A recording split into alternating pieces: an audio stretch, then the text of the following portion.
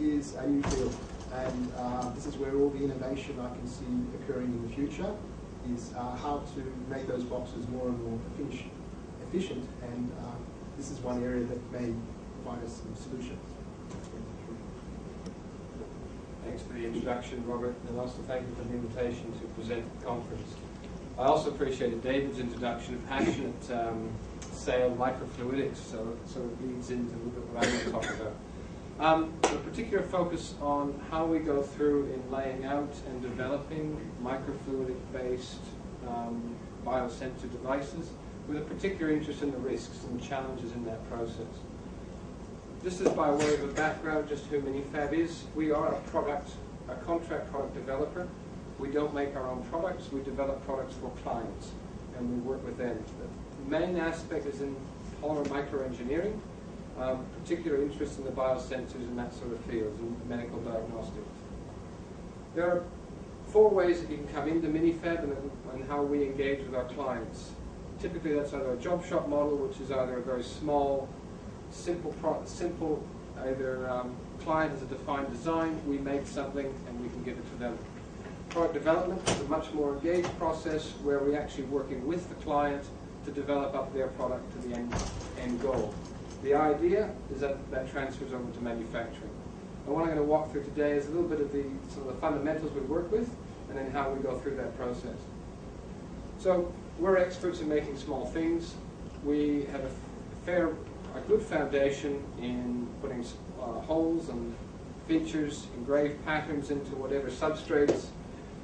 The main point I want to make here, before you start your development process, before you make something small, you actually have to work out that you need it small. Miniaturization is a consequence, not an objective. We're yet to find a market for holes in human hair, which is one of our demonstration capabilities to high school students or whatnot. So, in terms of, we have a range of making a lot of small things. Hole arrays, hydrophobic vents, filters, microneedles. Applications cover a broad range of things. As an example, the microneedles, we use them in perforating in food packaging, changing the mechanical properties of polymer film for either breathability or easy tear. As well, the same idea, microneedles are used in drug delivery, in microneedle patches, and that sort of application.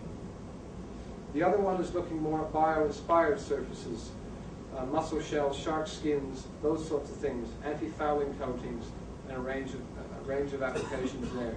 All of these form a fundamental form of capabilities which we will use in our fluidic chip and integration developments. So this is where we put everything together. We look at an early phase in a project where you're looking at the proof of concept and proof of principle. We're pulling out all those capabilities to put together to develop a product that needs to be worked through. Now, the way we implement this refers similar to the way that David just mentioned, which is that product development. It starts from a product definition at the very front end, through proof of principle, concept demonstration, your alpha, beta, and scale up to manufacturing. This is coupled with the informal aspects, which are your feasibilities, your technical investigations, your brainstorming, concept designs, that sort of thing. So how do we do this? We make our chips, our fluidic chips, in an environment where we hit proof of concept. We start from a plan and a review, a plan phase where we lay out what we want to do. Moving into a CAD where you're actually designing your design, to building a test or a proof of concept device, and we integrate that with our mini chem lab system, which allows the client to do assay development, proof of concept, proof of principle, in a lab level. The feedback loop of that is that you can do that iteration as many times as you need to until you've got the result that you want. So you're reducing the risk to get your feasibility out. So we've done this with a company called Tear Lab based in San Diego for a disposable component for a biosensor for tear fluid. So this is a tear collector. It's a polymer construction. It's an injection molded chip. So it's mass manufactured. It's got a gold electrodes put on the surface to do the analysis, and it's capped to keep it sealed. The key component is it's mass manufactured. It's an injection molded part. That component we just showed you integrates with the pen unit to give you the diagnostic. it's a collector. It's also the collector as well, so it's a diagnostic tool. So this sounds easy. So where are the hard bits? What makes this challenging? And that's sort of the last little bit I want to step through. In developing these things, one of the things we're often asked for is onboard reagents. How do we store that on chips? So when we're looking at a week refrigerated in the fridge or 18 months sitting in the Sahara Desert, are we going to get the same issues? What about calibration standards? What happens when your nano volumes are going to give you a better result than the standard you're trying to actually compare it to? The other one is in scaling of manufacture, especially when you're looking at the low volume end. You're in your beta trials, you're in your feasibility studies, you're in your validation. Everything's critical and important. Does that scale and represent what your high volume manufacture is going to look like? You need to have a mindset of where you're going to be at the other end. The other one's around supplier qualification. You've got large volume commodity versus your small specialist. You've come up with an exciting material that's a very specialist material, but you need 4 tons of it. Is that going to come out of that lab? In the same breath, you have a commodity material, but you're only at the very early stage of your development. I need an A4 sheet.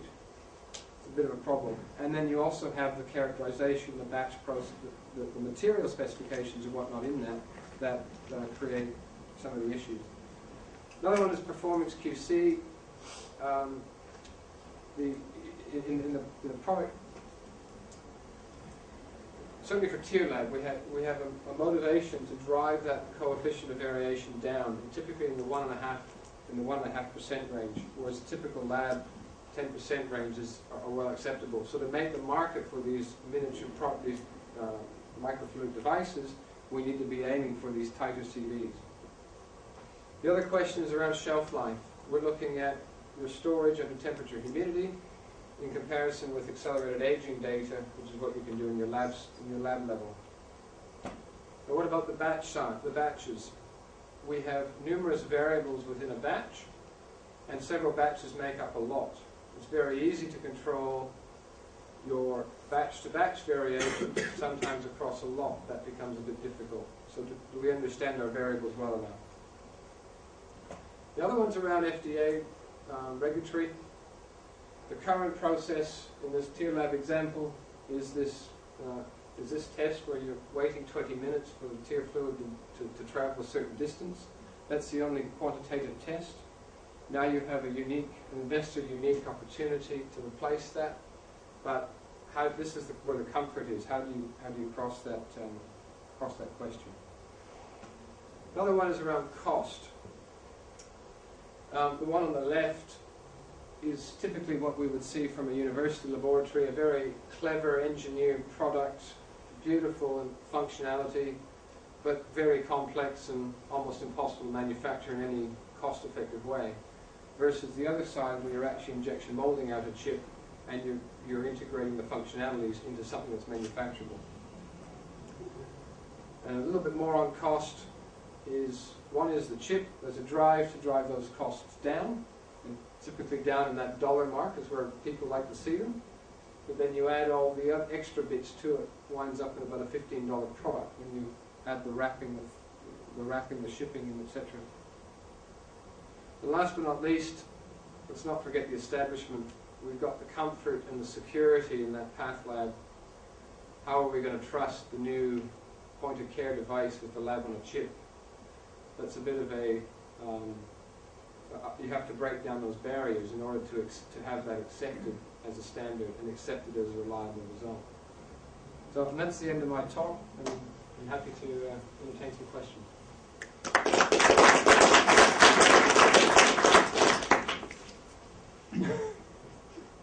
To what extent do you depend upon domestic clients as compared to international ones? Very little, to be honest. We have a strong network of clients based out of the United States and in Europe. We do have a few in Australia that we work with, but we are a global face. How did you generate that? Was that conferences, or was that just yeah, shoe leather? A lot of legwork and travel and conferences, shows, exhibitions, demonstrations, all those sorts of things. it's just legwork.